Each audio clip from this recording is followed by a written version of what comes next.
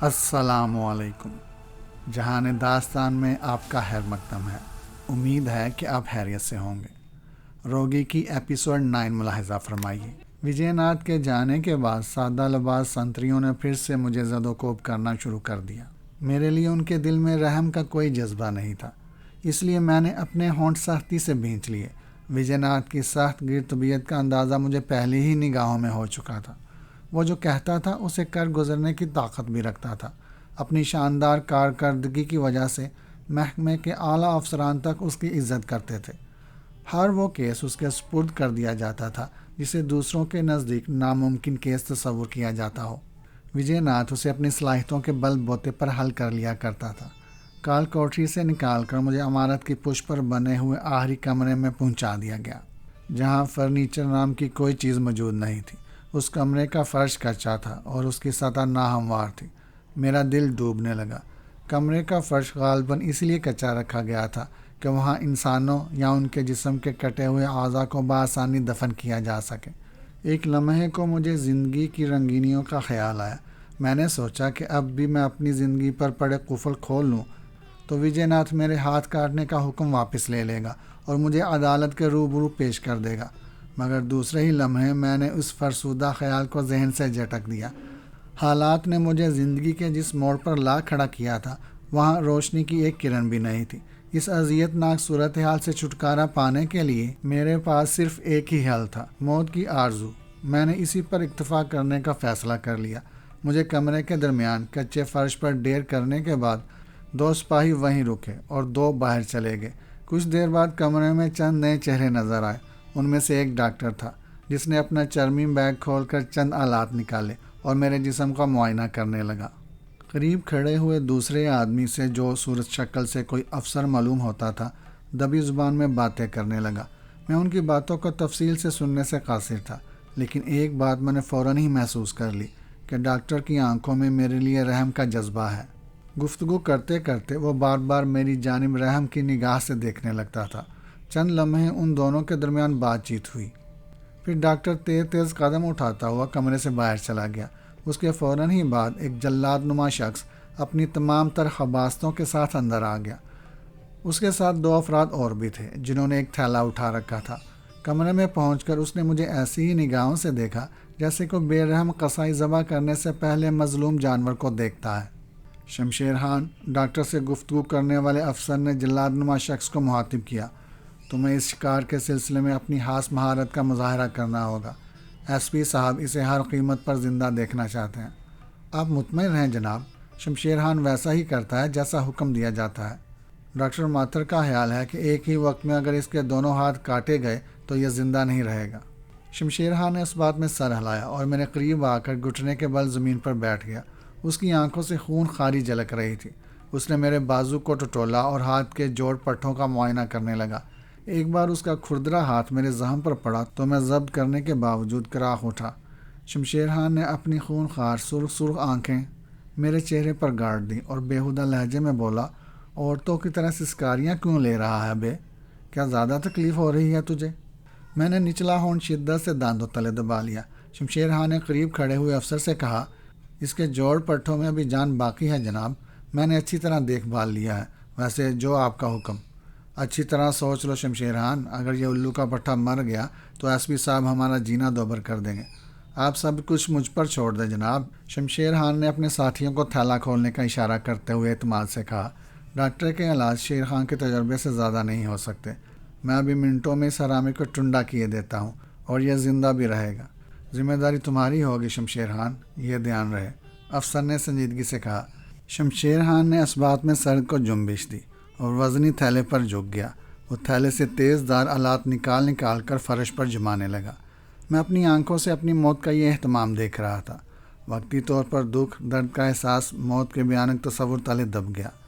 میں نے حسرت بھری نگاہوں سے اپنے ہاتھوں کی طرف دیکھا۔ کچھ دیر بعد میرے ہاتھ میرے جسم سے جدا ہونے والے تھے۔ اس کے بعد گزرنے والی زندگی کا تصور ہی اتنا بھیانک تھا کہ میرے جسم میں خوف کی سرد لہر دوڑ گئی۔ میری قوت برداشت جواب دینے لگی۔ میں نے خود سے کہا، امجد علی، اب بھی وقت ہے، اپنی ضد سے باز آ جاؤ، انہیں سب کچھ بتا دو، ورنہ دونوں ہاتھوں سے محروم ہونے کے بعد تمہاری روح بھی تم سے نفرت کرنے لگے گی۔ قریب تھا کہ میں زبان کھولتا کہ اچانک خوشبو کا تیز جھونکا میری اطراف پھیل گیا۔ دوسرے ہی لمحے روح کی سرگوشی میری کانوں میں گونجی۔ امجد علی، میں آ گیا ہوں، تم مطمئن رہو، اب یہ لوگ تم پر کوئی ظلم نہیں کر سکیں گے۔ مجھے اذیت ناک موت نہیں چاہیے میرے دوست، میں نے روح کو دل ہی دل میں مخاطب کیا۔ مجھے زندگی کی بھی تمنا نہیں، اگر تم میرے دوست ہو تو مجھ پر رحم کرو، مجھے کسی نہ کسی طرح فوری موت سے ہمکنار کر دو۔ ہمت مت ہارو میرے دوست، مجھ پر اعتماد کرو۔ نہیں رابرٹ میرے دوست نہیں، میں نے سسک کر کہا، میری درخواست قبول کر لو، میں قیامت تک تمہارا احسان مند رہوں گا۔ روح نے اس بار میری درخواست کا کوئی جواب نہیں دیا۔ دوسری طرف شمشیر خان تیز دار آلات اٹھائے میری جانب آ رہا تھا۔ اس کے دونوں ساتھیوں نے میرا ایک ہاتھ رسیوں میں جکڑ دیا، پھر لکڑی کا ایک کنڈا میرے قریب جما کر میرا ہاتھ اس پر اس طرح جمایا کہ میں درد سے بلبلا اٹھا۔ میری آنکھوں تلے اندھیرا پھیلنے لگا۔ میں نے روح کو پکارا، لیکن صرف خوشبو کا دائرہ میرے وجود کے اطراف رقص کرتا رہا۔ شمشیر خان اپنی پوزیشن سنبھال چکا تھا۔ ایک گھٹنا زمین پر ٹکا کر وہ مجھ پر وار کرنے کے لیے تیار تھا۔ میں نے خود کو بچانے کی ایک آخری جدوجہد کی، لیکن رسیوں کی بندش اتنی سخت اور شمشیر خان کے آدمیوں کی گرفت اتنی مضبوط تھی کہ میں ذرا سی بھی جنبش نہ کر سکا۔ شمشیر خان کے چہرے پر میرے کرب سے دلی خوشی کے تاثرات پیدا ہو گئے تھے۔ اس نے ہاتھ میں دبے ہوئے خنجر نما تیز ہتھیار کو عقیدت سے چوما اور اپنا دایاں ہاتھ فضا میں بلند کر لیا۔ میں نے مایوسی سے آنکھیں بند کر لیں۔ روح کی مانوس مہک اب بھی میرے قریب موجود تھی، لیکن شاید وہ بھی میری بے بسی اور قسم پرسی کا تماشا دیکھ رہی تھی۔ میرے لیے ایک ایک لمحہ باری ہو رہا تھا۔ دفعتاً کمرے میں ایک کربناک چیخ ابھر کر فوراً ہی ختم ہو گئی۔ اس کے ساتھ ہی رسیوں کے وہ سرے جو شمشیر خان کے ساتھیوں نے پکڑ رکھے تھے ڈھیلے ہوتے چلے گئے۔ میں نے آنکھیں کھول کر دیکھا تو دنگ رہ گیا۔ شمشیر خان کا وار میرے ہاتھ کے بجائے اپنے ایک ساتھی کی گردن پر پڑا تھا اور اس کی گردن دو حصوں میں منقسم ہو کر کچے فرش پر تڑپ رہی تھی۔ کمرے میں جتنے افراد موجود تھے سب دم بخود تھے۔ کسی کو اپنی آنکھوں پر یقین نہیں آ رہا تھا۔ خود شمشیر خان کی حالت قابل دید تھی۔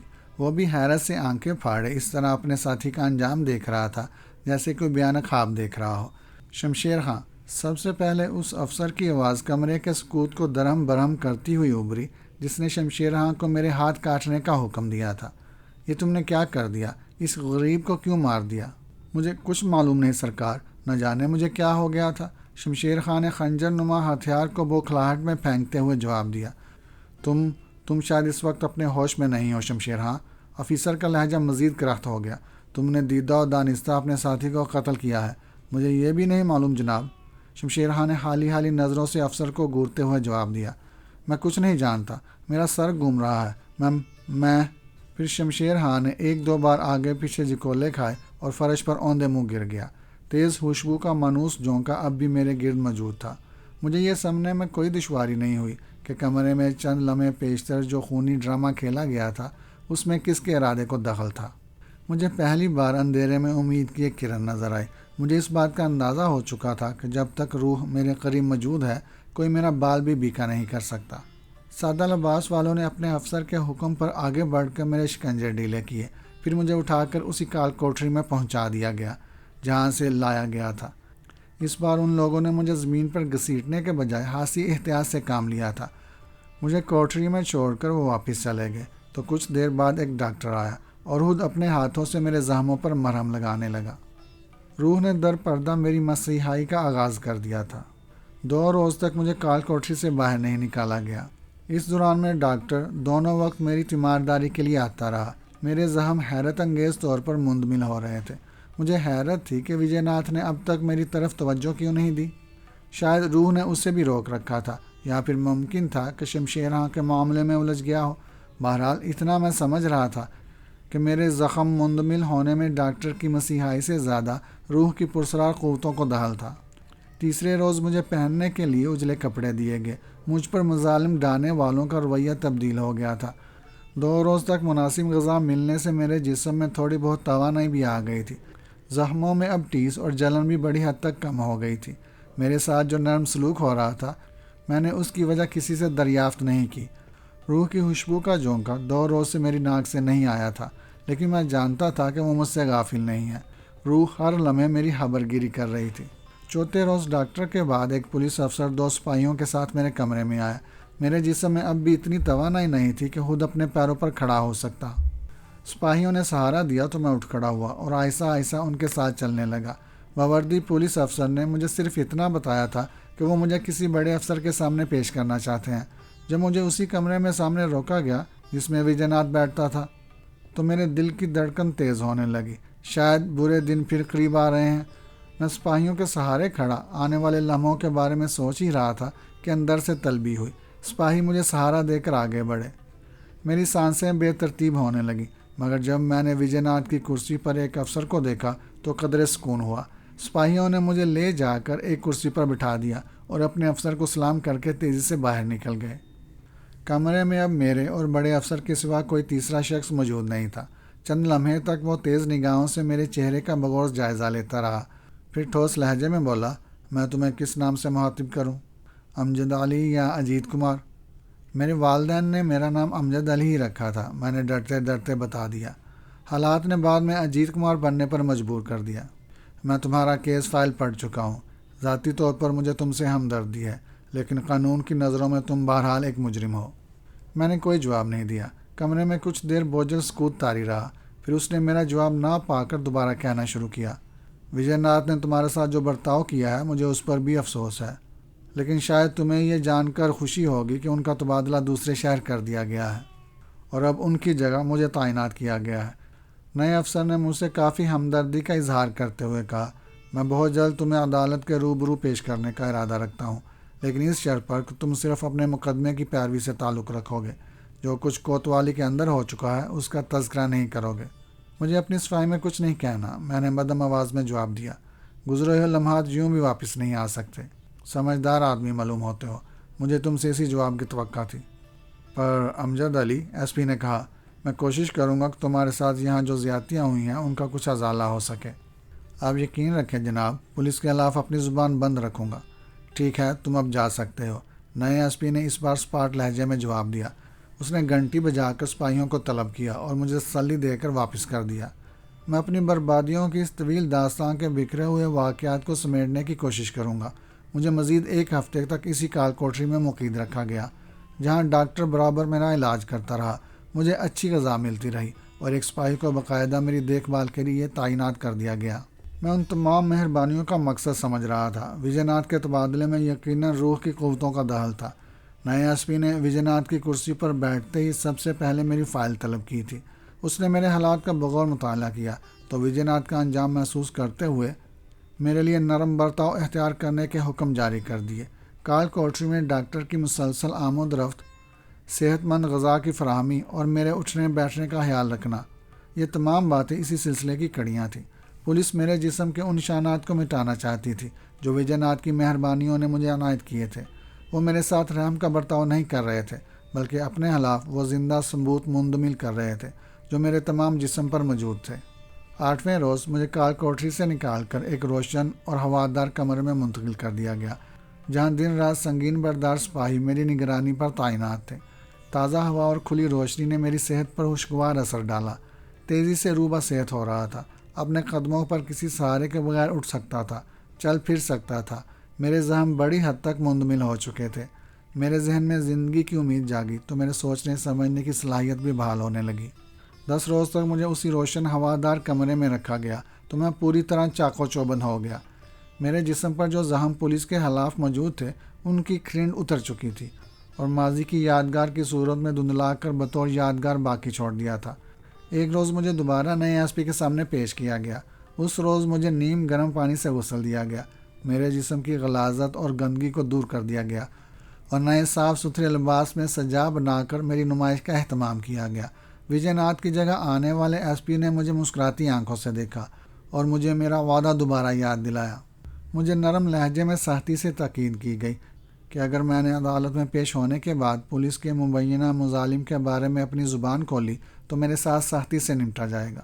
مجھے حالات کے دونوں رخ دکھائے گئے اور پولیس کے باقاعدہ لاک اپ میں بھی بھیج دیا گیا۔ دوسرے روز مجھے ایک بند گاڑی میں عدالت لے جایا گیا، جہاں ایک مجسٹریٹ کے سامنے پیش کیا گیا۔ پولیس کے ایک افسر نے مجسٹریٹ کو میرے بارے میں تفصیل سے بتانا شروع کیا۔ کچھ جرائم ایسے تھے جو مجھ سے سرزد ہو چکے تھے، لیکن کچھ ایسے جرائم بھی میری ذات سے وابستہ کیے جا رہے تھے جن سے میرا دور کا بھی کوئی تعلق نہیں تھا۔ مگر میں اپنے وعدے پر قائم رہا۔ میں نے زبان بند رکھی اور گردن جھکا کر سب کچھ سنتا رہا۔ پولیس افسر نے اپنا بیان مکمل کر کے مجسٹریٹ سے 15 دن کا ریمانڈ حاصل کر لیا تاکہ میرے خلاف جو تفتیش باقی رہ گئی ہے اس کو بھی مکمل کر لیا جائے۔ تو پولیس والے مجھے دوبارہ بند گاڑی تک لے آئے۔ مجھے اس گاڑی کے پچھلے حصے میں بٹھا دیا گیا اور وہی 2 سنگین برادر سپاہی پھر اندر آ گئے جو کوتوالی سے میری نگرانی پر تعینات کیے گئے تھے۔ گاڑی کا پچھلا حصہ دروازے بند ہونے کے بعد طریق ہو گیا۔ صرف چھت کی موثر سی کھڑکی سے، جس پر لوہے کی موٹی جالی موجود تھی، تھوڑی تھوڑی روشنی اندر آ رہی تھی۔ گاڑی حرکت میں آئی تو میں نے پشت گاہ سے ٹک کر آنکھیں بند کر لیں اور اپنے ماضی و حال کے اوراق پلٹنے لگا۔ میرے ذہن کے پردوں پر بار بار لچھمن داس کا چہرہ ابھرتا تھا۔ اگر اس نے مجھے زد و کوب کر کے زخمی حالت میں دوبارہ سڑک پر نہ پھینکوایا ہوتا تو میں پولیس کی دسترس سے دور رہ سکتا تھا۔ پولیس کی فائل پر میرے خلاف جو ثبوت آئے تھے وہ جیون لال کی مہربانی سے پیدا ہوئے تھے۔ میرے اطراف جو جال بنا گیا تھا وہ خاصا مضبوط تھا۔ میرے ذہن میں منوہر داس اور رشی پور کے علاقے کا تصور بھی جاگ رہا تھا۔ منوہر داس نے میرے ساتھ جو نوازشیں کی تھیں ان میں اس کی اپنی خود غرضیاں شامل تھیں۔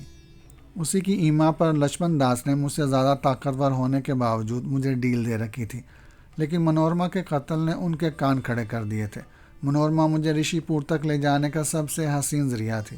منوہر داس اور لچھمن داس کو اس خوبصورت پجارم کی موت پر یقیناً صدمہ ہوا ہوگا، مگر انہوں نے منورما کی موت کو بھی برداشت کر لیا۔ غالباً میں پرسرار شکتیاں حاصل کر لینے کے بعد رشی پور کے باسیوں کے لیے منورما کے مقابلے میں زیادہ کارآمد بن گیا تھا، لیکن جب مجذوب کا عتاب نازل ہوا اور میری تمام قوتیں مجھ سے چھین لی گئیں تو میں منوہر داس کے لیے کسی کام کا نہیں رہ گیا تھا۔ لچھمن داس نے اس موقع سے فائدہ اٹھا کر مجھے پولیس کے جال میں پھنسا دیا اور جیون لال کے ذریعے تمام ثبوت مہیا کر دیے گئے۔ میں گزرے ہوئے واقعات پر غور کرتا رہا۔ میرے سینے میں انتقام کی گرم راکھ میں کہیں کوئی چنگاری دبی رہ گئی تھی جو خون کی گردش کے ساتھ ساتھ پھر بھڑکنے لگی تھی۔ میں نے طے کر لیا تھا کہ اگر قسمت نے باور کی اور حالات کبھی سازگار ہوئے تو میں رشی پور کے مہان پجاریوں سے اپنا حساب ضرور برابر کروں گا۔ ہاں، اس کے بعد مجھے پھانسی کے پھندے پر ہی کیوں نہ پہنچا دیا جائے۔ میں ابھی مستقبل کے منصوبے کو ترتیب دے رہا تھا کہ مان روح کی علامتی خوشبو کا جھونکا میری ناک سے ٹکرایا۔ میں نے جلدی سے آنکھیں کھول دی۔ مجھے رابرٹ کی روح کی آمد کا بڑی شدت سے انتظار تھا۔ شمشیر خان والے واقعے کے بعد سے روح میرے قریب نہیں آئی تھی۔ تم، میں نے روح سے خیالی رابطہ قائم کرتے ہوئے کہا، اتنے دنوں سے کہاں غائب تھے رابرٹ؟ گھبراؤ نہیں میرے دوست، مجھے تمہاری بے چینی کا علم ہے۔ میں تم سے دور ضرور تھا لیکن تمہاری طرف سے غافل نہیں رہا۔ رابرٹ کی مانوس آواز میرے کانوں میں گونج رہی تھی۔ مجھے ایک ایک لمحے کی خبر ہے، جو کچھ ہوتا رہا اور جو کچھ آئندہ ہونے والا ہے۔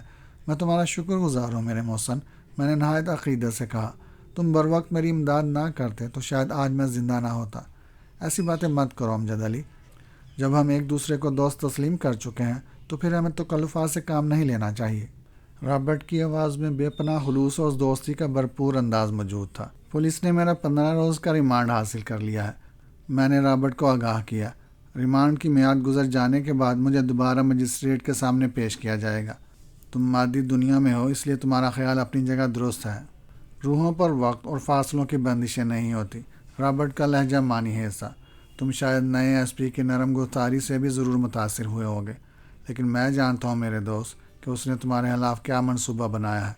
فی الحال وہ اپنی چکڑی چپڑی باتوں سے تمہارے ہونٹوں پر خاموشی کی مہر ثبت کرنے میں کامیابی حاصل کر چکا ہے، لیکن جس روز حالات نے اپنا رخ بدلا تمہاری خوش فہمیاں کراہ اٹھیں گی۔ تمہیں یہ جان کر حیرت ہوگی کہ نیا ایس پی وجے ناتھ کا پرانا دوست اور محکمہ پولیس میں اس کا بہترین دوست ہے۔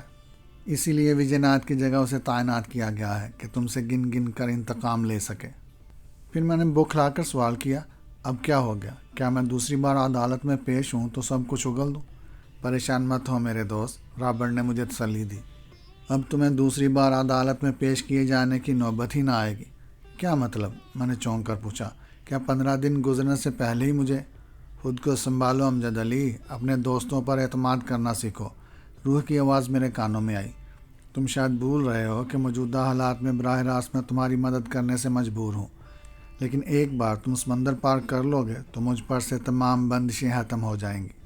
مجھے تم پر اعتماد ہے میرے دوست، لیکن ابھی تم نے یہ بھی کہا تھا کہ مجھے دوبارہ عدالت میں پیش ہونے کی نوبت نہیں آئے گی۔ میں قبل از وقت تم کو کچھ نہیں بتا سکتا، رابرٹ کی آواز آئی۔ فی الحال اتنا کہہ سکتا ہوں کہ تمہاری پریشانیوں کا دور ختم ہو چکا ہے۔ آنے والے لمحات تمہیں میری باتوں کا یقین دلا دیں گے۔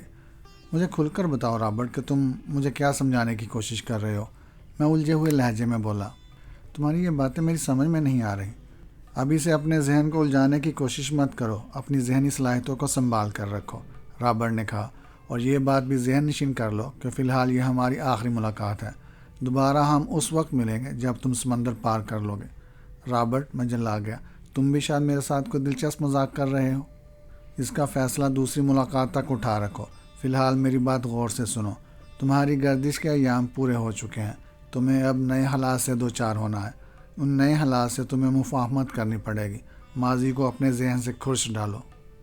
جو کچھ گزر گیا ہے اسے بھول جاؤ، جو کچھ پیش آنے والا ہے اسے اپنی مستقبل کی خوشیوں کا رشتہ قائم کرنے کی کوشش کرو۔ یاد رکھو، اگر تم نے نئے حالات سے سمجھوتا نہ کیا اور تمہارے قدم لڑکھڑا گئے تو شاید پھر میں بھی تمہاری کوئی مدد نہ کر سکوں۔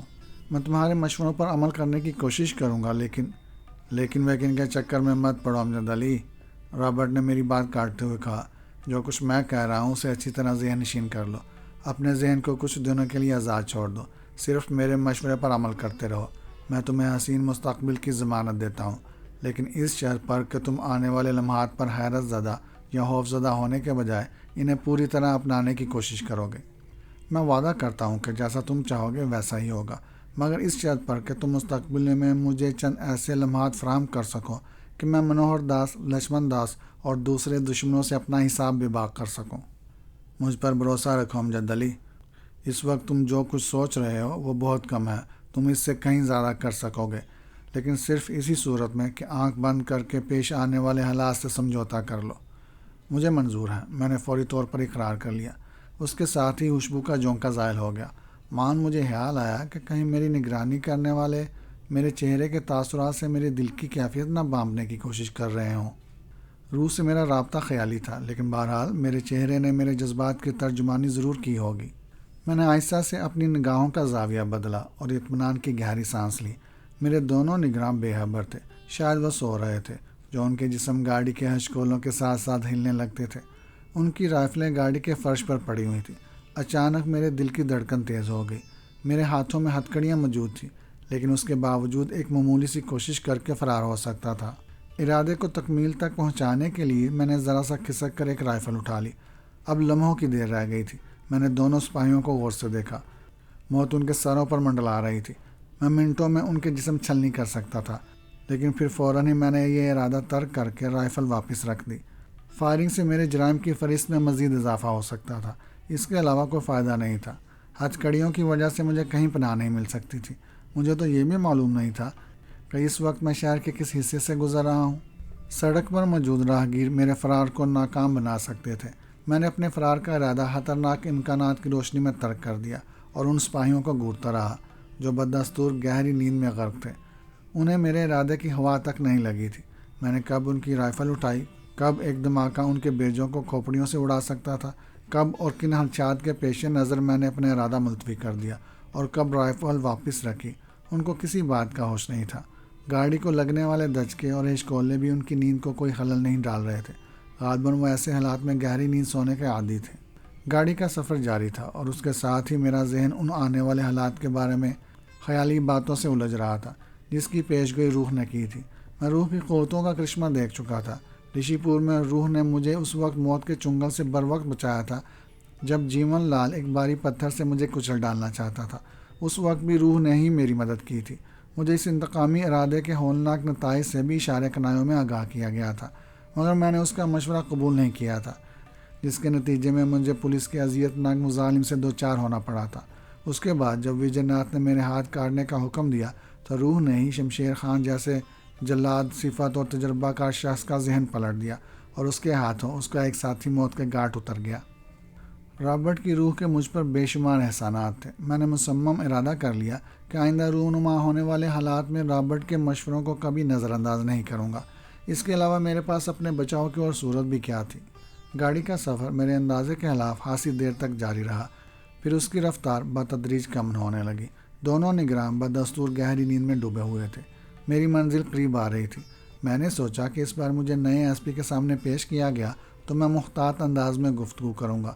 اس کے نرم لب و لہجے نے وقتی طور پر میرے دل میں یہی خیال پیدا کیا تھا کہ وہ وجے ناتھ کے مقابلے میں باصول اور قانون پسند ہے، مگر روح نے مجھے ہوشیار کر دیا تھا۔ نئے ایس پی نے میرے ساتھ نسبتاً شاطرانہ اور خطرناک انداز اختیار کیا تھا۔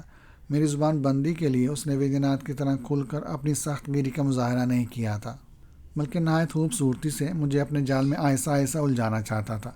گاڑی کی رفتار بتدریج کم ہوتے ہوتے بالکل ختم ہو گئی، انجن بھی بند کر دیا گیا۔ میں سنبھل کر بیٹھ گیا۔ مجھے یقین تھا کہ اگلی نشست پر بیٹھا ہوا پولیس افسر جب میرے نگرانوں کو محو خواب دیکھے گا تو اس کی برہمی کا کوئی ٹھکانہ نہیں رہے گا۔ میری نگاہ دروازے پر جمی ہوئی تھی۔ باہر سے قدموں کی آہٹ سنائی دے رہی تھی۔ دروازہ کھلا تو میں چونکے بغیر نہ رہ سکا۔ پولیس کی یہ گاڑی کوتوالی کے بجائے کسی حال کے اندر لا کر روکی گئی تھی۔ دروازہ کھولنے والے میرے لیے اجنبی تھا۔ اس نے اپنے ہاتھ میں اسٹین گن تھام رکھی تھی۔ دروازہ کھولتے ہی اس نے اسٹین گن کا رخ ہماری طرف کر دیا، لیکن سپاہیوں کو نیند میں ڈوبا دیکھ کر اس نے گن کی نالی نیچے کر لی۔ اس کے بعد اس نے اشارہ کیا تو دو آدمی تیزی سے سامنے آ گئے۔ انہوں نے انتہائی برق رفتاری سے سپاہیوں کو گھسیٹ کر کندھوں پر ڈالا اور میری نظروں سے اوجھل ہو گئے۔ اسٹین گن والے نے لپک کر سپاہیوں کی رائفلیں اٹھا لی اور اس طرح دونوں رائفلوں کو فرش پر اچھال دیا جیسے وہ اس کے لیے لکڑی کے کھلونے سے زیادہ اہمیت نہ رکھتی ہوں۔ نقش و نگار کے اعتبار سے وہ جاپانی لگ رہا تھا۔ جس انداز میں اس نے اب حرکت کی تھی اسے یہی محسوس ہوتا تھا جیسے اس کے جسم میں بجلیاں بھری ہوئی ہوں۔ میں نے ابھی تک اپنی جگہ سے جنبش نہیں کی تھی۔ روح کی پیشن گوئی درست ثابت ہو رہی تھی۔ میں خاموش بیٹھا حالات پر غور کرتا رہا۔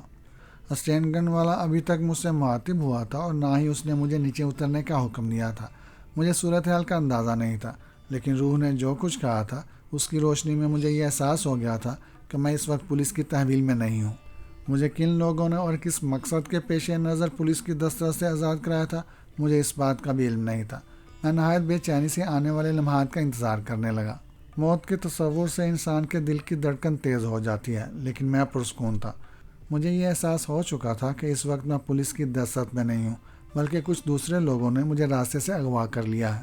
مگر انہوں نے یہ حرکت محض تفریحاً نہیں کی ہوگی، بلکہ اس کی پشت پر کسی اہم سازش کا احساس ہو رہا تھا۔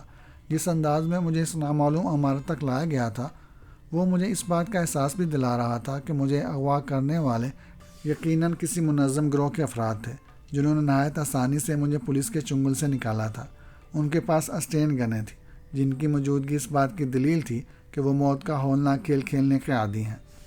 میرے پاس فرار کا کوئی راستہ نہیں تھا۔ میں بند گاڑی کے اندر موجود تھا اور وہ جاپانی نژاد جس نے پولیس کی رائفلوں کو کھلونے کی طرح اچھال دیا تھا بدستور گاڑی کے پیچھے دروازے پر اسٹین گن سنبھالے پوری طرح چاقو چوبند نظر آ رہا تھا۔ اس کے اشارے پر اس کے آدمی میری نگہبانی کرنے والے پولیس کے بے ہوش سپاہیوں کو بھی کاندھے پر اٹھا کر لے گئے تھے۔ میں گاڑی میں تنہا تھا اور میرے ہاتھوں میں آہنی ہتھ کڑیاں موجود تھیں۔ آنے والے لمحات میرے مستقبل کے لیے ایک نئے باب کی حیثیت رکھتے تھے، لیکن میں اس کی تمہید سے بھی لا علم تھا۔ البتہ رابرٹ کی روح نے گاڑی کے سفر کے دوران مجھ سے جو کچھ کہا تھا اس کا ایک ایک لفظ میرے ذہن میں گونج رہا تھا۔ میں نے روح کے مشورے پر عمل کرنے کا فیصلہ کر لیا تھا۔ مجھے پولیس کی دسترس سے کن لوگوں نے نجات دلائی تھی، ان کے ارادے کیا تھے، مجھے ان باتوں کا علم نہیں تھا، لیکن میں اتنا ضرور جانتا تھا کہ پولیس کی نگاہوں میں میری شخصیت پہلے کے مقابلے میں زیادہ خطرناک ہو گئی ہے۔ میرا ریکارڈ مرتب کرنے والوں نے پہلی فرصت میں مجھے مفرور ملزم قرار دیا ہوگا، کسی خطرناک تنظیم سے میرا تعلق ظاہر کیا ہوگا اور اب میری تلاش میں وہ پہلے سے زیادہ سرگرمی کا مظاہرہ کریں گے۔ اگر مجھے اغوا نہ کیا جاتا تب بھی میری زندگی جیل کی سلاخوں کے پیچھے ایڑیاں رگڑتے ہوئے گزرتی، اور وجے ناتھ کی جگہ آنے والے نئے ایس پی نے جس انداز میں میرے گرد جال بنا تھا اس سے بچ نکلنا میرے بس کی بات نہیں تھی۔ میرے لیے کھلی فضا میں سانس لینے کے تمام راستے بند کر دیے گئے تھے۔ رابرٹ کی روح نے نئے ایس پی کی دوہری چال اور سازش کا انکشاف کیا تھا تو مجھے پسینے آ گئے تھے، لیکن حالات نے فوری طور پر میرے حق میں جو کلا بازی کھائی تھی میں اسے اپنے لیے خوش آئند سمجھنے پر مجبور تھا۔ اسی وجہ سے میں نے طے کر لیا تھا کہ اب جو حالات بھی میرے سامنے آئیں گے میں ان سے مفاہمت کرنے کی کوشش کروں گا اور اپنی آزادی کو دوبارہ سلب نہیں ہونے دوں گا۔ قسمت نے مجھے موقع فراہم کیا تھا، میں اسے پورا فائدہ اٹھانا چاہتا تھا۔ چنانچہ میں نے اپنی جگہ سے کوئی حرکت نہیں کی، خاموش بیٹھا اسٹین گن والے آدمی کو دیکھتا رہا جو اشاروں میں کسی کو ہدایات دے رہا تھا۔ دوسرا شخص میری نظروں کے سامنے نہیں تھا۔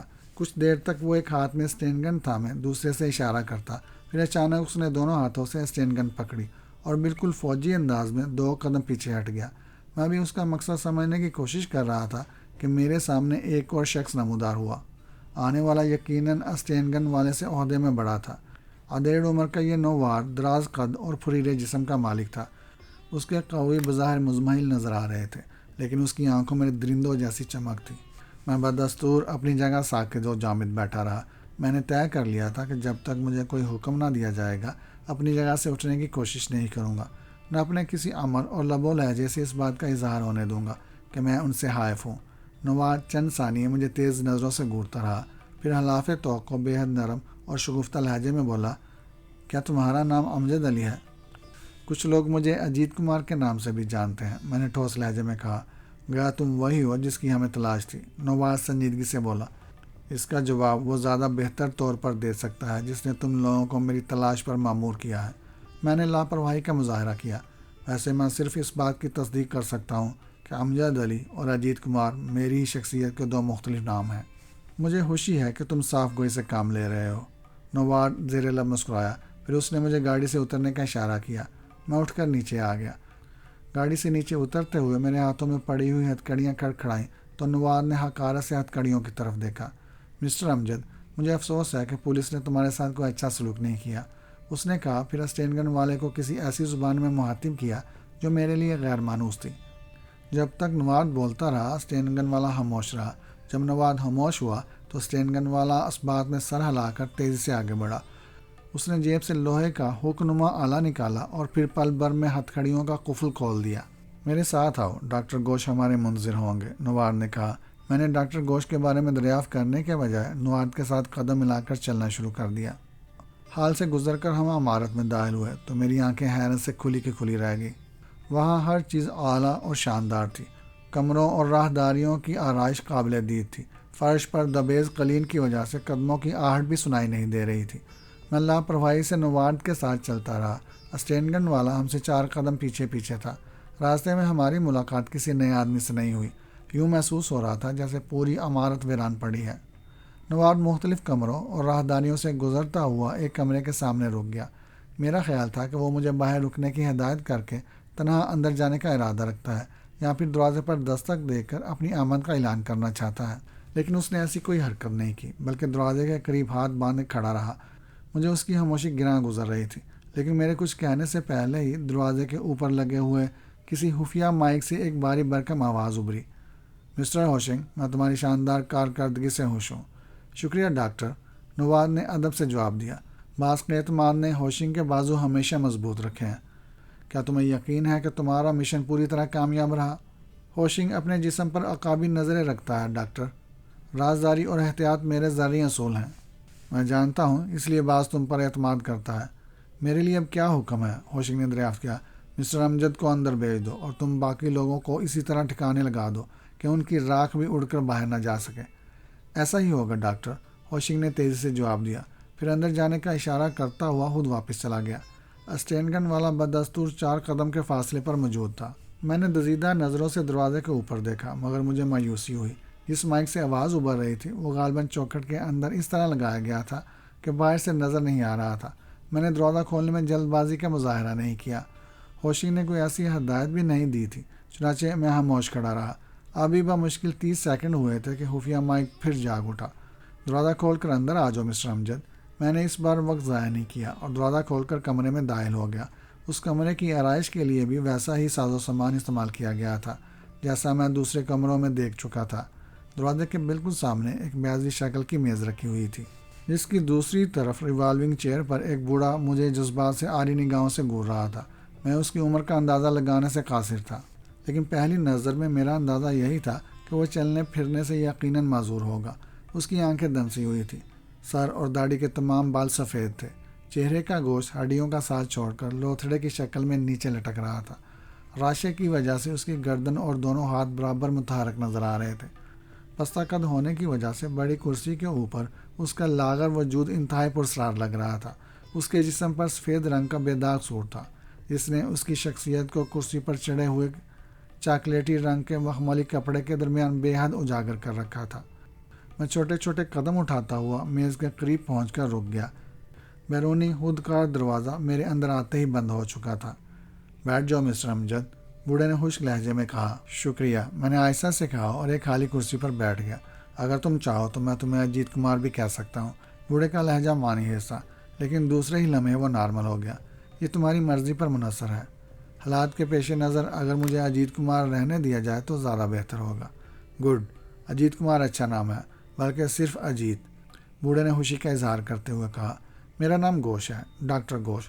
ڈاکٹر کوئی نام نہیں ہے، صرف پیشے کی نمائندگی کرتا ہے، لیکن میں خود کو صرف ڈاکٹر کہلوانا پسند کرتا ہوں۔ تمہارا کیا خیال ہے؟ آپ درست کہہ رہے ہیں ڈاکٹر، میں نے تائید کی۔ نام اور شخصیت دو متضاد چیزیں ہیں۔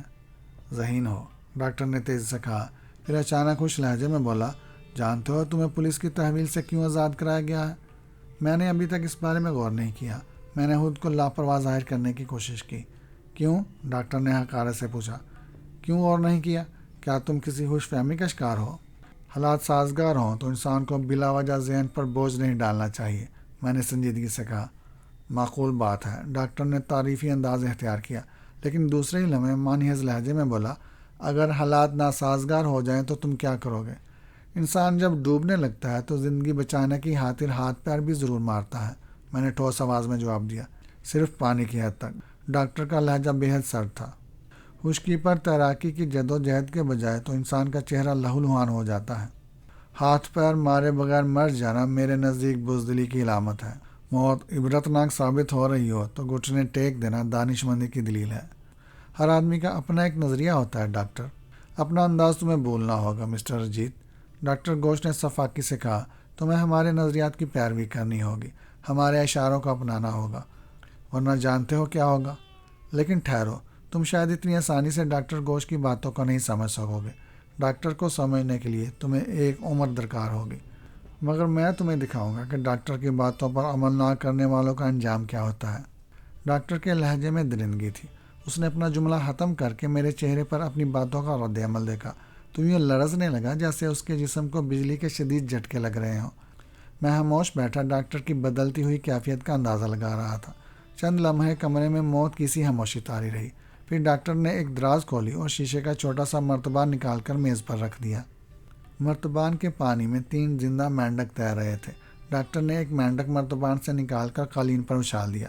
میں بدستور چپ بیٹھا ڈاکٹر کی ایک ایک حرکت کا جائزہ لے رہا تھا۔ اس کے چہرے پر ابھی تک غصے کے تاثرات موجود تھے۔ مینڈک کو قالین پر اچھالنے کے بعد ڈاکٹر نے ایک کھلونے نما پستول دوسری دراز سے نکالا اور اس کی چرخی کو چھوڑ کر اس کے دستے پر اپنی گرفت مضبوط کر لی۔ مجھے یہ دیکھ کر تعجب ہوا کہ اس کے ہاتھوں کا ریشہ ختم ہو گیا تھا۔ نظریں گھما کر اس نے مینڈک کو دیکھا اور پھر مجھے گھورتے ہوئے بولا، مسٹر اجیت، تم نے دیکھا میں نے اس مینڈک کو مرتبان کی کیسے آزادی بخشی تھی، لیکن یہ میری دسترس سے دور بھاگنے کی کوشش کر رہا ہے۔ اب میں تمہیں دکھانا چاہتا ہوں کہ اس کا انجام کیا ہوگا۔ اس نے اپنی کرسی گھمائی اور پستول والا ہاتھ اٹھا کر مینڈک کا نشانہ لینے لگا۔ شاید وہ مجھ پر اپنی نشانہ بازی کا رعب جمانا چاہتا تھا۔ میرا دل چاہا کہ ڈاکٹر کی اس طفلانہ حرکت پر دل کھول کر قہقہے لگاؤں، لیکن دوسرے ہی لمحے میری نگاہوں نے جو منظر دیکھا وہ ناقابل یقین تھا۔ ڈاکٹر نے لبلبی دبائی تو ایک باریک سوئی پستول میں سے نکلی اور مینڈک کے جسم میں پیوست ہو گئی۔ دوسرے ہی لمحے مینڈک دھواں بن کر فضا میں تحلیل ہو گیا۔ کمرے میں گوشت جلنے کی ہلکی سی بو پھیل گئی۔ تم نے دیکھا مسٹر اجیت، ڈاکٹر نے پستول کو دراز میں رکھتے ہوئے کہا، یہ ڈاکٹر گھوش کی اپنی ایجاد ہے۔ حیرت انگیز، میں نے مختصراً کہا۔ خوف کی لہر میرے اعصاب کو جھنجھوڑ رہی تھی۔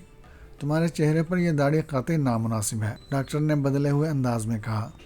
جوانی میں بڑھاپے کے روگ نہیں پالنے چاہیے۔ ویسے بھی جب ڈاکٹر نے تمہیں اپنا مہمان بنا لیا ہے تو تمہیں حالات سے پردہ پوشی کی کوئی ضرورت نہیں۔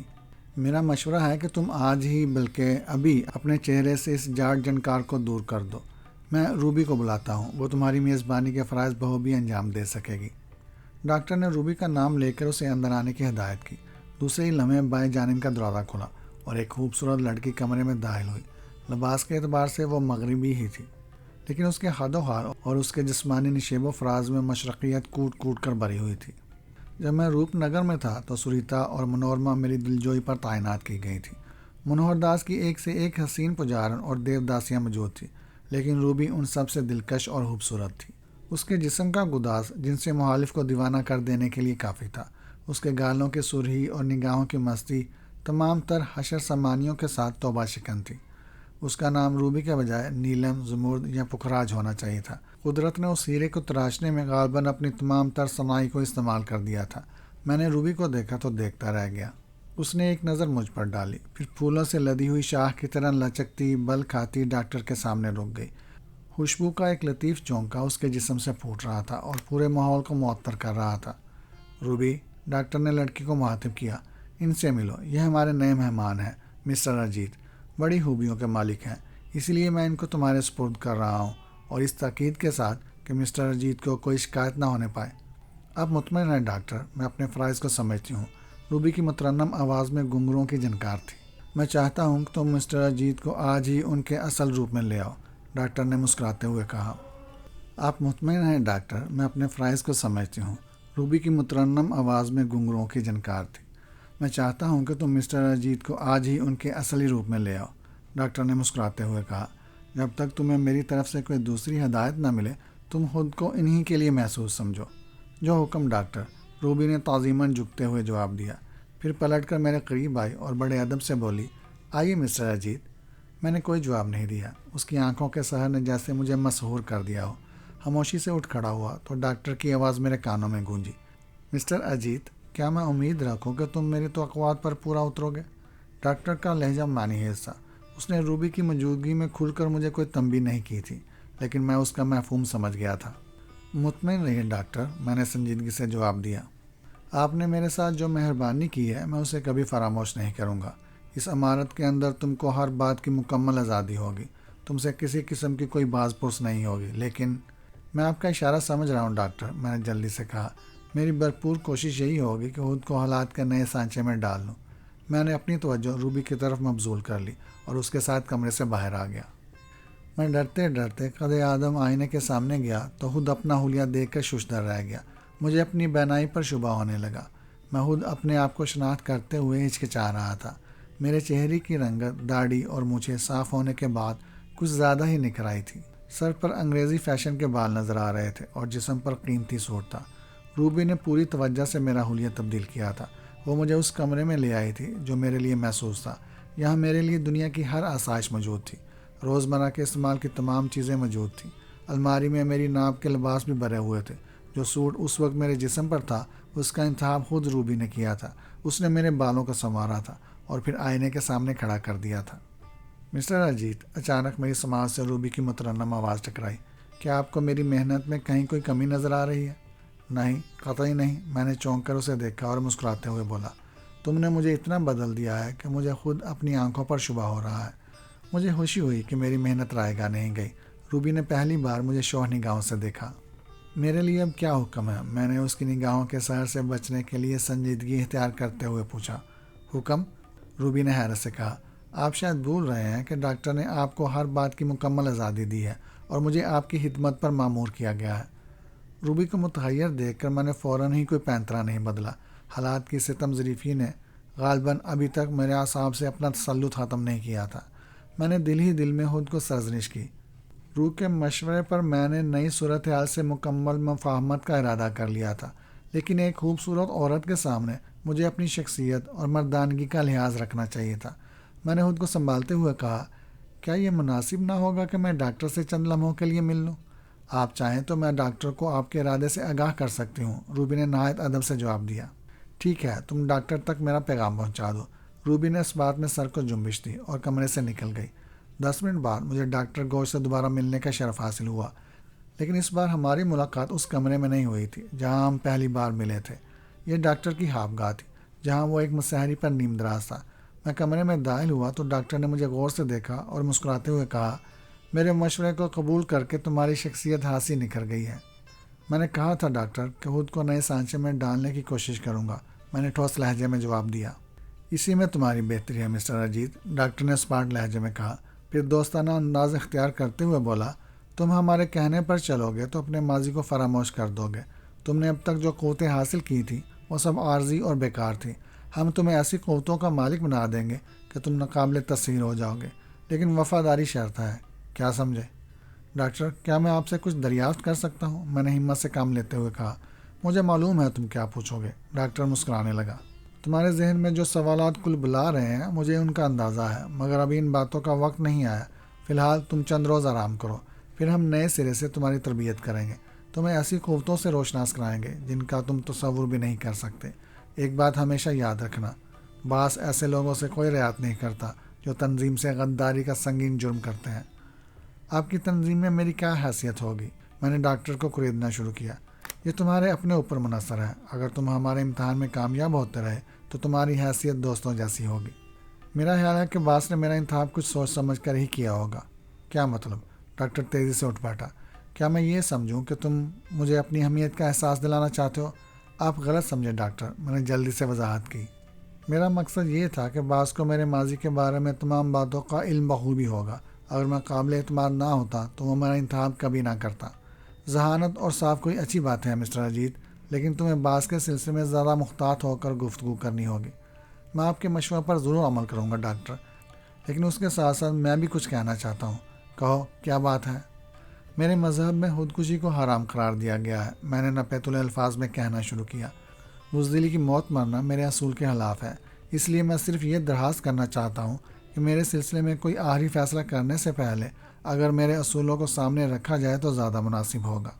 میں جانتا ہوں کہ تم دلیر آدمی ہو، لیکن یہاں ہر فیصلے باس کی مرضی سے کیے جاتے ہیں اور تنظیم کا ہر فرد باس کے فیصلے کا پابند ہوتا ہے۔ میں کچھ اور کہنا چاہتا تھا ڈاکٹر، میں نے سلسلہ کلام جاری رکھا۔ میرا ماضی آپ لوگوں کے لیے کوئی ڈکی چھپی بات نہیں۔ میں بنیادی طور پر ایک سیدھا سادہ فرد ہوں، عام اور امن پسند شہریوں کی طرح زندگی گزار رہا تھا، لیکن حالات نے مجھ سے میری روش چھین لی۔ مجھے اپنا راستہ بدلنا پڑا۔ وقت کے ساتھ ساتھ میں قانون کی نگاہوں میں مجرم گردانا گیا۔ طاقت کے حصول کی خاطر میں نے وقتی طور پر اپنا مذہب، اپنا حلیہ اور نام سب کچھ بدل ڈالا۔ مجھے اپنی موت کا یقین ہے، اس لیے موت کا تصور کبھی مجھے ہراساں نہیں کر سکا۔ میں نے جیل میں جن اذیت ناک سختیوں کا مردانہ وار مقابلہ کیا ہے اس کی روداد بہت طویل ہے، لیکن میں آج بھی زندہ ہوں۔ مجھے زندگی کی رنگینیوں سے بھی کوئی عشق نہیں ہے۔ اگر میں پولیس کی قید سے آزاد نہ کرا لیا گیا ہوتا تو شاید مجھ پر زندگی مزید تلخ اور حرام کر دی جاتی، لیکن آپ لوگوں نے مجھے پولیس کی حراست سے آزاد کرا لیا۔ ایک نئی زندگی کا آغاز میرے لیے بے حد خوش آئندہ ہے ڈاکٹر، آپ مجھ پر اعتماد کریں۔ اس وقت میری زبان میرے دلی جذبات کی ترجمانی کر رہی ہے۔ میں اپنے ذہن سے تمام بوجھ اتار پھینکنا چاہتا ہوں۔ میں صرف اتنی سی التجا کرنا چاہتا ہوں کہ آپ میرے سلسلے میں باس کو اس بات کا یقین دلا دیں کہ میں قابل اعتماد ہوں۔ میں باس کے ہر حکم اور ہر اشارے پر زندگی کی بازی لگا سکتا ہوں، لیکن میری آزادی کو کبھی سلب کرنے کی کوشش نہ کی جائے۔ میں ہر ممکن تعاون کا بھرپور یقین دلاتا ہوں۔ میں یہ بات بھی پورے اعتماد سے کہہ رہا ہوں کہ جس روز میں نے خود کو آپ لوگوں کی کسوٹی پر پورا نہ پایا اور حالات نے مجھے گھٹن سے دوچار کیا، میں اسے اپنی زندگی کا آخری دن صبر کروں گا۔ آپ کو سرزنش کرنے کی ضرورت پیش نہیں آئے گی۔ میں خود اپنے ہاتھوں سے اپنی زندگی کا خاتمہ کر لوں گا۔ مجھے اور کچھ نہیں کہنا ڈاکٹر۔ ڈاکٹر گوش ان حماق سے میری باتیں سنتا رہا۔ اس کی تجربہ کار آنکھیں میرے چہرے پر مرکوز تھیں اور اتار چڑھاؤ کا جائزہ لے رہی تھی۔ گرگٹ کی طرح منٹ منٹ میں رنگ بدلنا ڈاکٹر کی خاصیت تھی۔ میں جب تک بولتا رہا وہ خاموش رہا، لیکن اس عرصے میں اس کا چہرہ کئی رنگ بدل چکا تھا۔ غالباً وہ مجھے اپنے چہرے کی متضاد کیفیتوں سے اس بات کا احساس دلانا چاہتا تھا کہ جو کچھ میں کہہ رہا ہوں وہ اس کے ایک ایک لفظ کو پرکھ رہا ہے۔ میں نے اپنی گفتگو میں کہیں کوئی لچک، کوئی جول نہیں آنے دیا تھا۔ میں چاہتا تھا کہ خود کو ایک ہی بار اس کے سامنے بے نقاب کر دوں۔ جو کچھ طے ہونا ہے ایک ہی بار طے ہو جائے۔ اسی طرح میرے لیے آئندہ کسی دشواری کے امکانات کم ہو سکتے تھے۔ اجیت، میرے چپ ہونے کے کچھ دیر بعد ڈاکٹر نے بڑے غمگین لہجے میں کہا، مجھے تمہارا انداز گفتگو پسند آیا۔ میں باس سے تمہاری سفارش ضرور کروں گا، لیکن ایک بات اچھی طرح ذہن نشین کر لو، باس قبل از وقت کسی پر اعتماد کرنے کا قائل نہیں۔ وہ اپنی ہی کسوٹی پر اپنے ساتھیوں کو پرکھنے کا عادی ہے۔ تمہیں بہت جلد کٹھن اور سخت امتحانوں سے گزرنا ہوگا۔ مستقبل میں تمہاری کامیابی اور ناکامی کا انحصار تمہاری اپنی صلاحیتوں پر ہے۔ اپنے ذاتی مشاہدوں کے بنیاد پر اتنا کہہ سکتا ہوں کہ تم ہماری تنظیم میں ایک گران قدر اضافہ ہوگے۔ اس کے ساتھ ساتھ میں ایک دوست کی حیثیت سے تمہیں کچھ مشورے بھی دینا چاہتا ہوں۔ یہ میری خوش بختی ہوگی ڈاکٹر، آپ کے مشورے میری کامیابیوں کی ضمانت ثابت ہوں گے۔ باس چر زبانی یا بے جا و شامت کو حقارت سے دیکھتا ہے۔ تمہیں اس کے سامنے ہمیشہ کھل کر گفتگو کرنی ہوگی۔ یہ اچھا اصول ہے، میں نے تعریف کی۔ درمیان میں مت بولو، میری باتوں کو غور سے سنتے رہو، ڈاکٹر نے مجھے ٹوکتے ہوئے سنجیدگی سے کہا۔ تنظیم کا ہر فرد باس کی نگاہوں میں بہت اہمیت رکھتا ہے۔ یہاں کسی ایک کو دوسرے پر ترجیح نہیں دی جاتی۔ البتہ سب کے ذمے الگ الگ کام سونپ دیے جاتے ہیں۔ اس طرح ہر شخص اپنے کام کا براہ راست ذمہ دار سمجھا جاتا ہے۔ تنظیم میں میری اور ہوشنگ کی شخصیت قدرے مختلف ہے۔ میرے قوا کمزور ہو چکے ہیں، اس لیے میں بھاگ دوڑ کے کاموں میں شریک نہیں ہوتا۔ یوں بھی میرا شعبہ الگ ہے، اس لیے میں ہمیشہ دور رہ کر حالات کو قابو میں رکھنے کی کوشش کرتا ہوں۔ ہوشنگ کو اگر تم ایک زندہ مشین سمجھو تو زیادہ مناسب ہوگا۔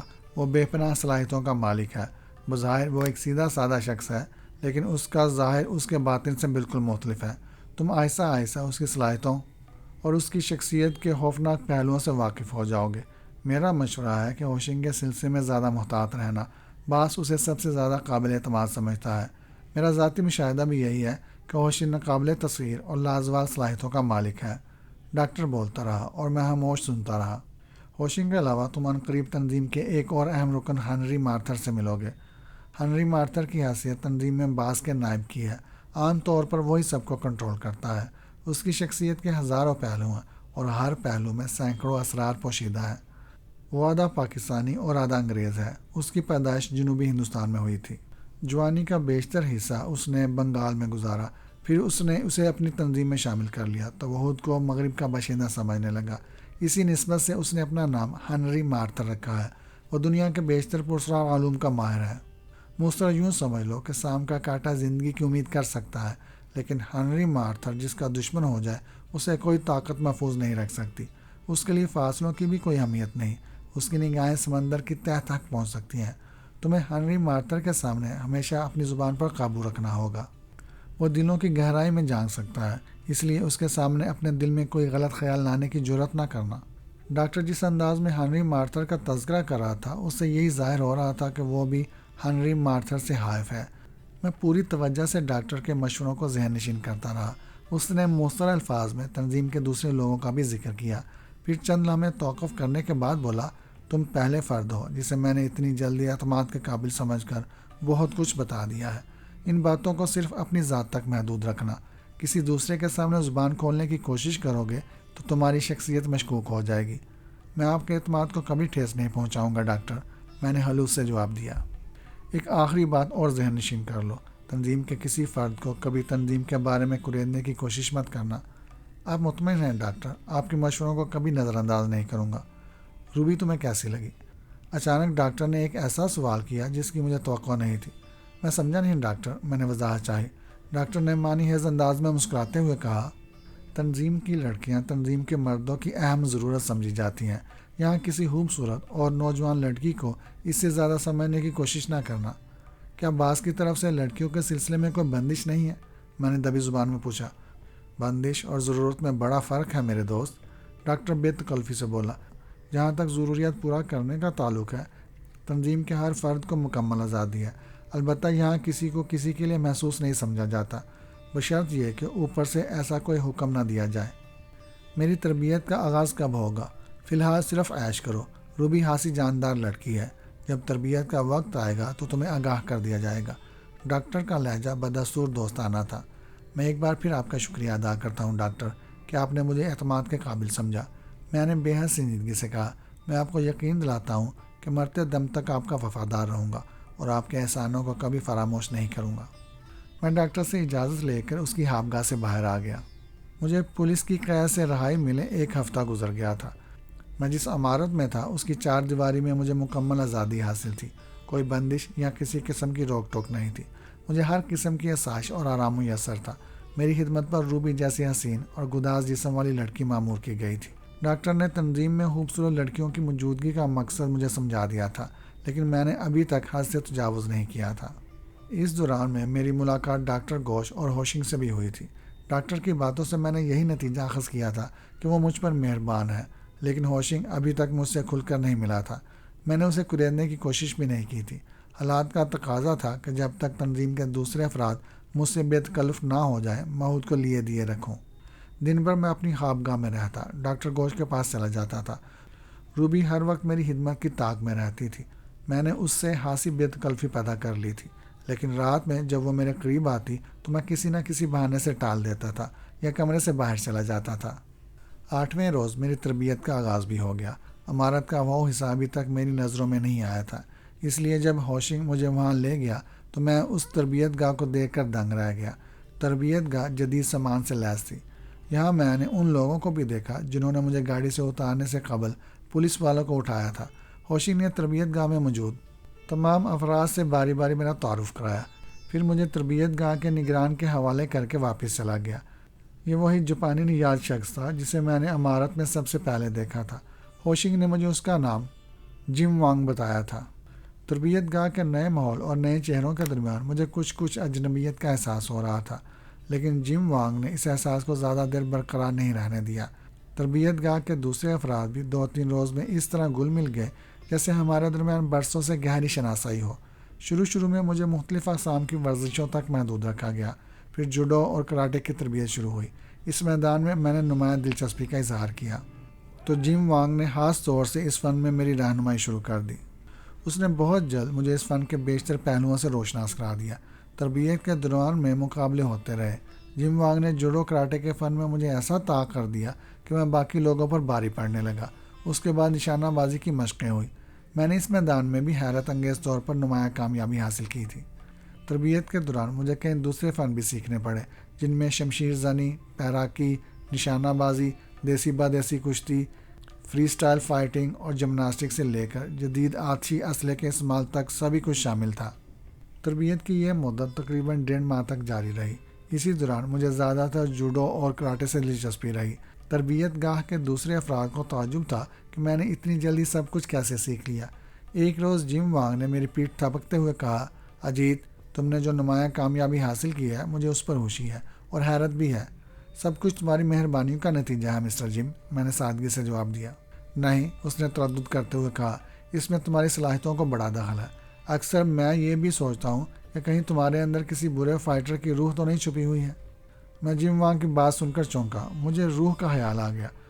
ہو سکتا ہے کہ میری کامیابیوں میں رابرٹ کی روح کا بھی دخل ہو، لیکن میں نے اس کا اظہار نہیں کیا۔ روحیں فن سپہ گری کا مظاہرہ نہیں کیا کرتی۔ تم ٹھیک کہہ رہے ہو، لیکن یہ حقیقت ہے کہ تم نے جتنی جلدی اپنی تربیت مکمل کی ہے وہ میرے لیے بھی حیرت انگیز ہے۔ میں اپنی بے مثال کامیابی پر بہت خوش تھا۔ ڈاکٹر گھوش نے بھی مجھے خاص طور سے مبارکباد دی تھی، لیکن ہوشنگ نے کسی جذبے کا اظہار نہیں کیا۔ جم وانگ نے ہوشنگ کے سامنے بھی میری تعریف کی تھی اور میری صلاحیتوں کے مختلف پہلوؤں کو سراہا تھا۔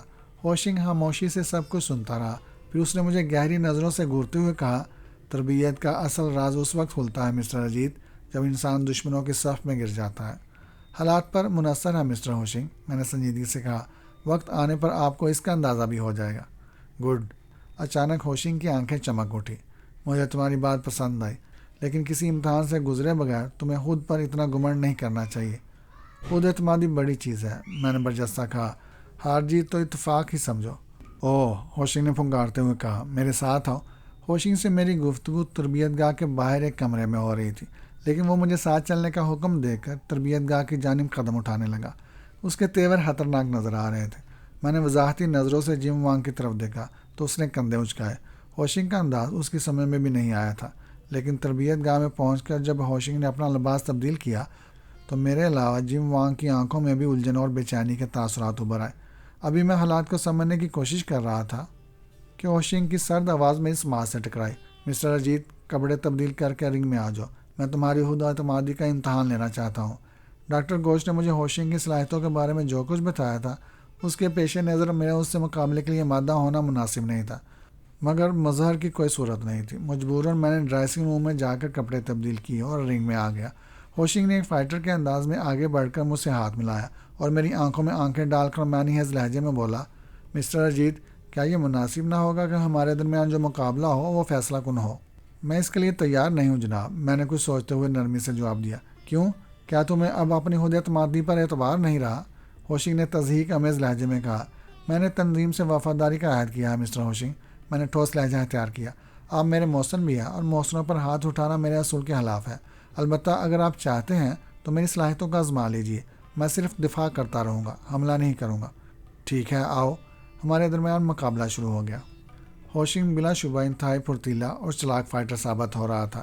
ایک دو بار اس کے حملے اتنے بھرپور اور شدید تھے کہ اگر میں ذرا چوک جاتا تو اپنی پسلیوں کی ایک آدھ ہڈی ضرور تڑوا بیٹھتا۔ بس اس کا اچھڑتا ہوا ہاتھ میرے جسم سے ٹکرایا تھا، لیکن اس کے باوجود مجھے دن میں تارے نظر آ گئے تھے۔ جم وانگ رنگ سے باہر کھڑا یہ مقابلہ دیکھ رہا تھا۔ میں نے صرف دفاع کرنے کا وعدہ کیا تھا، اس لیے ہوشنگ پر حملہ کرنے سے گریز کر رہا تھا۔ ایک مرتبہ ہوشنگ میری زور پر آ گیا۔ اگر میں چاہتا تو ایک ہی وار میں اس کی غلطی سے فائدہ اٹھاتے ہوئے اسے ایک ہاتھ سے محروم کر سکتا تھا، لیکن میں نے ایسا نہیں کیا اور حملہ کرنے کے بجائے کلا بازی کھا کر رنگ کی دوسری جانب چلا گیا۔ ہوشنگ نے اپنی غلطی اور میری برتری کو محسوس کیا تو اس کی آنکھوں میں خون اتر آیا۔ کینوس پر قدم جما کر اس نے دونوں ہاتھ بڑھا دیے اور مجھ پر جپٹ پڑا۔ میں نے دونوں ہاتھوں کو کینچی کے انداز میں گھما کر اس کے حملے کو ناکام بنا دیا اور تیزی سے اچھل کر ایک طرف ہو گیا۔ ہوشنگ کے حملے متعدد بار ناکام ہوئے تو اس کا غصہ مزید بڑک اٹھا۔ اس کے حملوں میں پہلے سے زیادہ تیزی اور شدت آ گئی۔ میرے لیے اب صرف اپنا بچاؤ اور دفاع کے اصولوں پر عمل کرنا مشکل ہو رہا تھا۔ حالات کے پیش نظر ضروری تھا کہ میں ابھی پلٹ کر وار کرتا اور اسے محتاط رہنے پر مجبور کرتا، لیکن ایسی صورت میں مجھ پر بدعہدی کا الزام آ سکتا تھا۔ میں نے ایک انوکھا طریقہ اختیار کیا۔ ایک بار ہوشنگ مجھ پر حملہ کر کے پلٹا تو میں نے جان بوجھ کر لڑکھڑاتے ہوئے خود کو کینوس پر رسی کے قریب گرا دیا۔ پھر وہی ہوا جو میں چاہتا تھا۔ ہوشنگ نے مجھے کینوس پر پڑے دیکھ کر درندے کی طرح جس لگائی اور مجھے دبوچ لینا چاہا۔ میں چاہتا تو تیزی سے اپنی جگہ چھوڑ کر ہوشنگ کو منہ کے بل گرنے پر مجبور کر سکتا تھا، لیکن اس طرح مقابلہ ختم نہیں ہو سکتا تھا بلکہ شدت اختیار کر جاتا۔ چنانچہ میں نے وہی کیا جو قبل از وقت میرے ذہن میں تھا۔ ہوشنگ فضا میں اڑتا ہوا جیسے ہی میرے اوپر آیا، میں نے اپنی ٹانگیں بلند کی اور ہوشنگ کو رنگ سے باہر اچھال دیا۔ میں نے جس خوبصورتی سے یہ حرکت کی تھی اسے کوئی ماہر جج بھی میری جانب سے جوابی حملہ قرار نہیں دے سکتا تھا، البتہ اسے بچاؤ اور حملے کی ملی جلی صورت کہا جا سکتا تھا۔ بہرحال مجھے اپنے منصوبے میں ناکامی نہیں ہوئی تھی۔ اس سے پہلے کہ ہوشنگ دوبارہ رنگ میں آتا، میں بر وقت رفتاری سے اٹھا اور رسی پکڑ کر خود بھی رنگ سے باہر کود گیا۔ ہوشنگ فرش سے اٹھ چکا تھا۔ میں نے تیزی سے اس کے قریب جا کر پہلے دونوں ہاتھ سینے پر باندھے، پھر گھٹنوں کے بل بیٹھ کر تعظیماً جھک گیا، گویا میں نے ہوشنگ کو اپنے سے برتر تسلیم کر لیا تھا۔ قاعدے کی روح سے اس کے بعد مقابلہ جاری نہیں رہ سکتا تھا۔ میں چونکہ جھکا ہوا تھا، اس لیے ہوشنگ کی گرفت اپنے بازوؤں پر محسوس کی تو اٹھ کھڑا ہوا، اور پھر جو کچھ مجھے ہوشنگ کے چہرے اور اس کی آنکھوں میں نظر آیا اس نے میرے جسم میں خوشی کی لہر دوڑا دی۔ ہوشنگ مجھے تعریفی نگاہوں سے دیکھ رہا تھا۔ اس کے چہرے پر اس وقت حقارت کے تاثرات نہیں تھے۔ اجیت، اس نے میرا شانہ تھپ تھپاتے ہوئے سنجیدگی سے کہا، ہوشنگ تمہیں مبارکباد پیش کرتا ہے۔ میں اس اعزاز کے لیے آپ کا شکر ادا کرتا ہوں، میں نے مدھم آواز میں جواب دیا۔ مجھے یقین ہے تم ہماری تنظیم میں ایک شاندار اضافہ ثابت ہوگے۔ باس نے تمہارا انتخاب یقیناً بہت سوچ سمجھ کر کیا ہے، ہوشنگ نے بددستور مجھے تعریفی نظروں سے دیکھتے ہوئے کہا، پھر جم وانگ کی شاندار تربیت پر اس کی بھی تعریف کرنے لگا۔ اسی رات جب میں اپنی خوابگاہ میں لیٹا اپنی کامیابی پر مسرور ہو رہا تھا تو روبی میرے پاس آ گئی۔ وہ اس وقت بہت خوش تھی۔ شب ہابی کے لباس میں پہلے بھی میں اسے متعدد بار دیکھ چکا تھا، لیکن آج کچھ اور ہی بات تھی۔ آج ہوشنگ کی تعریفوں نے مجھے خود اپنی نگاہ میں بہت بلند کر دیا تھا۔ چنانچہ میں نے روبی سے کترانے کی کوشش نہیں کی۔ اس کے جسم کا گداز اور نشیب و فراز مجھے کچھ زیادہ ہی دلکش نظر آ رہے تھے۔ شب ہابی کے باریک لباس سے اس کا کندن جیسا حسین جسم چھلک چھلک کر مجھے گستاخیوں پر اکسا رہا تھا۔ میں محو تماشا تھا۔ ایک عرصے بعد آج مجھے اپنی تنہائیوں کا شدت سے احساس ہو رہا تھا، جن سے مخالف کی گنہری زلفوں کی ٹھنڈی ٹھنڈی چھاؤں اور تپتے جسم کو سکون کی ضرورت محسوس ہو رہی تھی۔ میری تشنا لبی مجھے بے چین کر رہی تھی، مجھے کفر توڑنے پر آمادہ کر رہی تھی۔ میرے اندر سوئے ہوئے جذبات توبہ شکن انگڑائی لے کر بیدار ہو رہے تھے۔ روبی کو میری کامیابی کی اطلاع مل چکی تھی۔ وہ مجھے مبارکباد دینے آئی تھی۔ میں نے مسکراتی ہوئی نگاہوں سے اس کی مبارکباد قبول کی۔ زبان سے ایک لفظ بھی نہیں کہا، میں صرف نظروں کی زبانی اس سے گفتگو کرنا چاہتا تھا۔ روبی نے میری نگاہوں پر کوئی توجہ نہیں دی، شاید اس لیے کہ وہ مغربی تہذیب کی پروردہ تھی، جہاں بے باکی کو اظہار کا ذریعہ بنایا جاتا ہے، یا پھر میرے ابتدائی رویے نے اسے مایوس کر دیا تھا۔ اور جب بھی میرے قریب آنے کی کوشش کرتی میں پہلو بچا جاتا تھا۔ میری سرد مہری نے غالباً میرے وجود پر اس کے لیے برف کی، لیکن شاید وہ نہیں جانتی تھی برف ہمیشہ برف نہیں رہتی، پگھلتی بھی ہے۔ آج میں اسے برف کی تاثیر بتانا چاہتا تھا کہ وہ گرم ہو جاتی ہے۔ چنانچہ میں اسے آنکھوں ہی آنکھوں میں ٹٹولتا رہا۔ وہ میری نگاہوں کا مفہوم نہ سمجھ سکی۔ میری خاموشی کو میری بے اعتنائی پر محمول کرتی ہوئی اٹھ کر بولی، میں اپنے کمرے میں واپس جا رہی ہوں، کوئی ضرورت ہو تو آواز دے لیجیے گا۔ کیا نیند ستا رہی ہے؟ میں نے لب کشائی کی۔ اس کے جسم کی مہک میرے وجود کو سرشار کر رہی تھی۔ جی نہیں، اس نے ہونٹ کاٹتے ہوئے جواب دیا۔ میرے قریب آ جاؤ، کچھ دیر باتیں کریں۔ ایز یو وش، اس نے کہا اور قریب آ کر ایک کرسی پر بیٹھ گئی۔ تم نے مجھے مبارکباد دی تھی، میں نے مسہری پر بیٹھتے ہوئے کہا۔ کیوں؟ کیا آپ کو خوشی نہیں ہوئی کہ آپ نے مسٹر ہوشنگ کے مقابلے پر؟ روبی، میں نے تیزی سے اس کا جملہ کاٹتے ہوئے محتاط انداز میں کہا، تمہیں غلط فہمی ہوئی ہے۔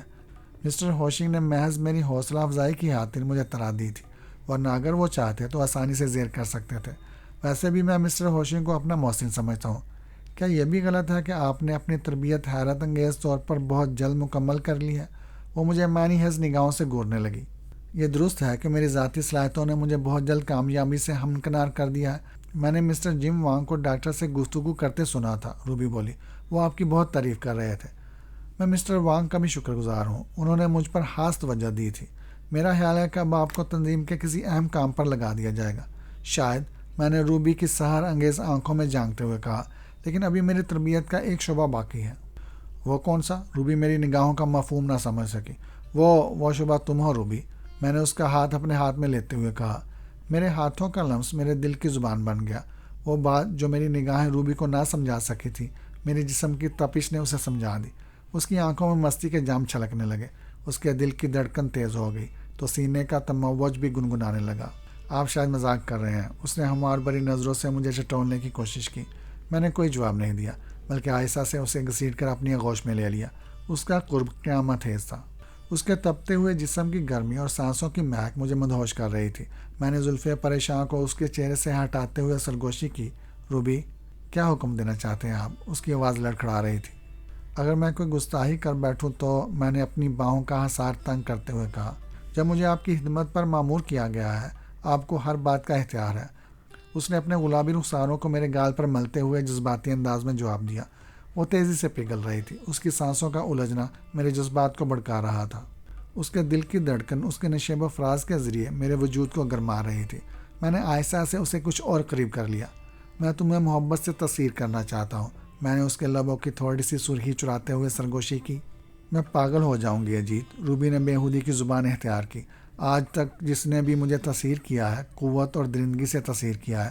میں تصویر ہونے پر مجبور ہوں، لیکن تم پہلے مرد ہو جو مجھے محبت سے تصویر کرنا چاہتا ہے۔ میں تمہیں ہمیشہ یاد رکھوں گی اجیت، یہ لمحے میری زندگی کے سب سے خوشگوار لمحے ہیں۔ اس نے بے باکی کا اظہار کیا۔ اجازت ہو تو ان لمحوں کو یادگار کے طور پر اپنے سینے کی گہرائیوں میں نقش کر لوں۔